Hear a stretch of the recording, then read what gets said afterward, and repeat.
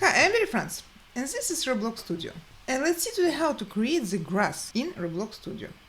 So, firstly, let's go to Terrain Editor, and I'll generate the terrain. In order to generate the terrain, I'll create transparent parallelogram. I did left click of my mouse, and holding, there is a parallelogram. Okay, change its size. Yeah. Okay, I think it's good. And then let's choose what exactly I want to create. I would like to create hills only. I will remove mountains, plains, and generate.